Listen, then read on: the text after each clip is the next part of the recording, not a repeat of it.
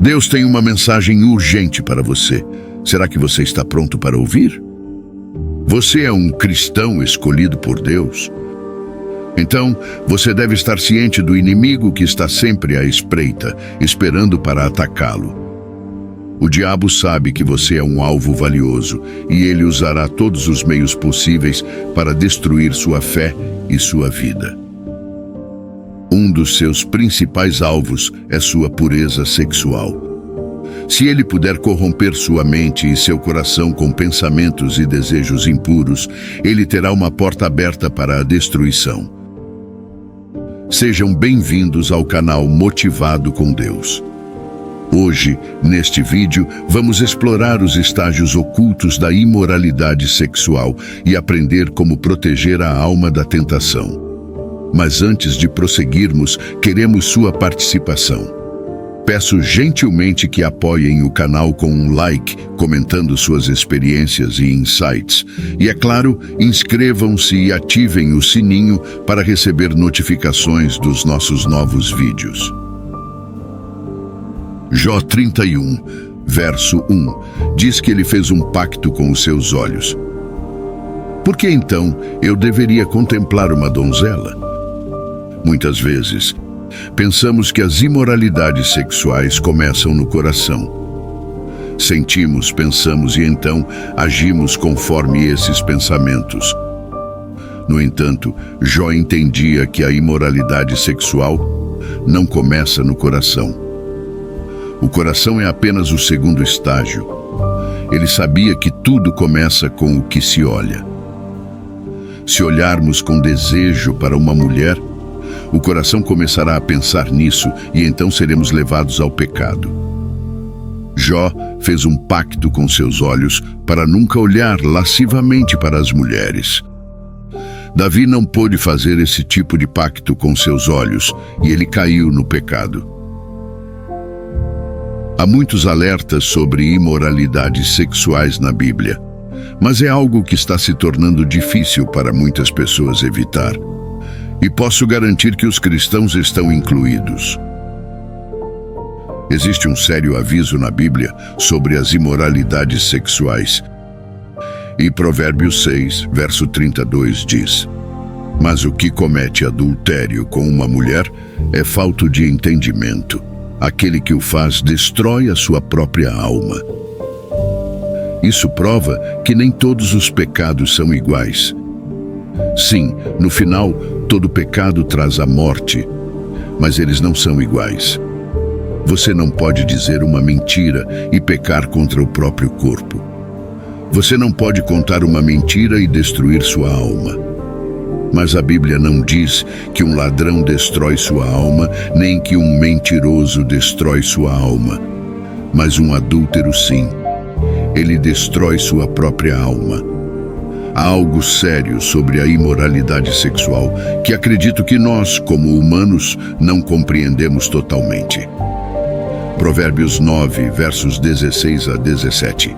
Quem é simples, volte-se para cá. Aos faltos de senso ela diz: a água roubada é doce e o pão comido às escondidas é saboroso. Essa mulher está citando um ditado bem conhecido, uma meia-verdade, e sabemos que uma meia-verdade é uma mentira. Em outras palavras, ela está dizendo que o sexo ilícito de um adúltero ou fornicador é mais satisfatório do que o sexo entre marido e mulher, que Deus sancionou. Daí o ditado: a água roubada é doce e o pão comido às escondidas é saboroso. E honestamente, ela está falando a verdade, mas não conta toda a verdade, pois não menciona o desfecho da história. Há prazer no pecado. As pessoas não pecam porque as machuca, pecam porque há prazer no pecado, há uma apreciação no pecado por um período de tempo. Versículo 18, porém, revela a parte que ela convenientemente deixou de fora. Mas ele não sabe que lá estão os mortos, que os seus convidados estão nas profundezas do inferno. Lembro-me da primeira vez que li este versículo, parei literalmente por 30 minutos e conversei com meu pai sobre isso. Ouça mais uma vez, mas ele não sabe que lá estão os mortos, que os seus convidados estão nas profundezas do inferno. A imoralidade sexual é algo com o qual não devemos brincar. Um grande problema de imoralidade sexual na igreja hoje é a pornografia. Isso é uma questão séria no cristianismo hoje, algo que precisamos abordar na igreja. Muitas pessoas não olham lascivamente para o sexo oposto, mas assistem pornografia em seus lares. O problema que a pornografia traz não é apenas vício e imoralidade sexual. Vai além, afetando psicologicamente. Estive analisando as estatísticas de pessoas que assistem pornografia e posso dizer que é assustador. Cerca de 40 milhões de americanos a assistem regularmente. 35% de todos os downloads na internet estão relacionados à pornografia. Na igreja, 1 em cada 5 pastores jovens a assiste regularmente. E 1 em cada 7 pastores adultos a assiste regularmente. Mais de 70% dos cristãos ou membros da igreja ainda lutam com isso hoje e a assistem pelo menos uma vez por mês. 90% dos adolescentes e 96% dos jovens adultos incentivam, aceitam ou permanecem neutros na discussão desse tópico. Não estou julgando ninguém, não estou julgando as pessoas que lutam para sair desse vício. Mas isso não é algo que você deve aceitar como parte de sua vida. Se Jó fez um pacto com seus olhos para não olhar lascivamente para as mulheres, por que você não faria o mesmo pacto para não assistir pornografia?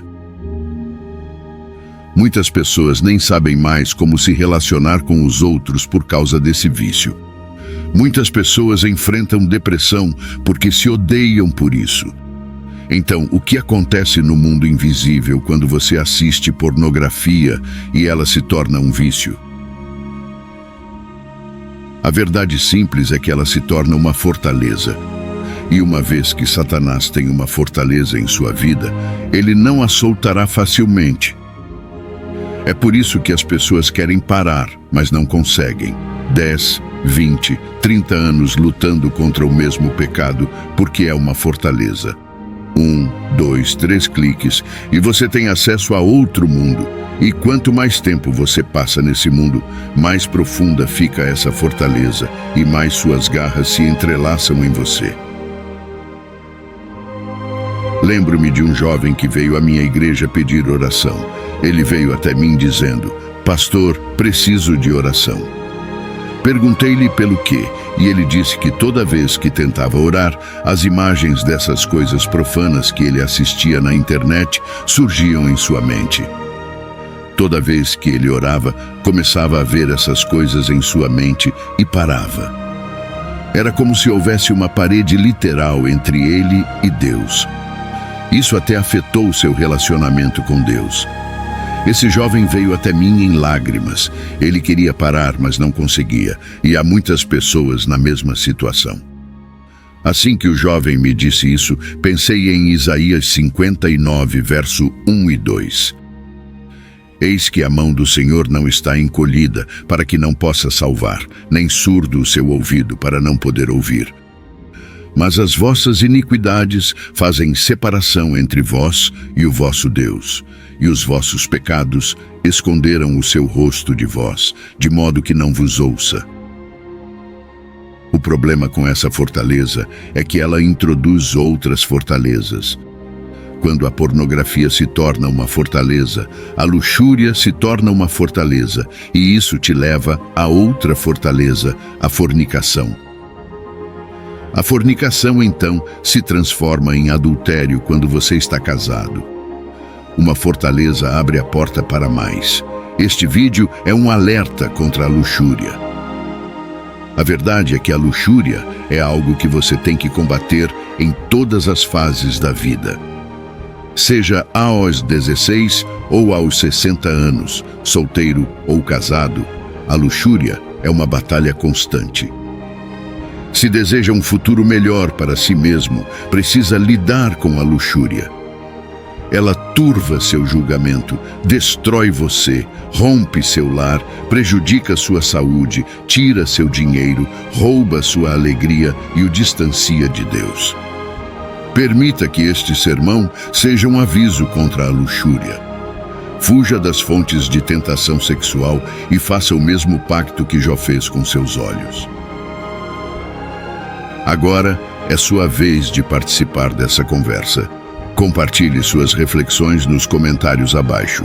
Se este vídeo impactou sua vida de alguma forma, não se esqueça de deixar seu like e se inscrever para receber mais conteúdo espiritual e profético. Obrigado por se juntar a nós nesta jornada épica através das páginas da Bíblia. Que a paz e a sabedoria estejam com vocês.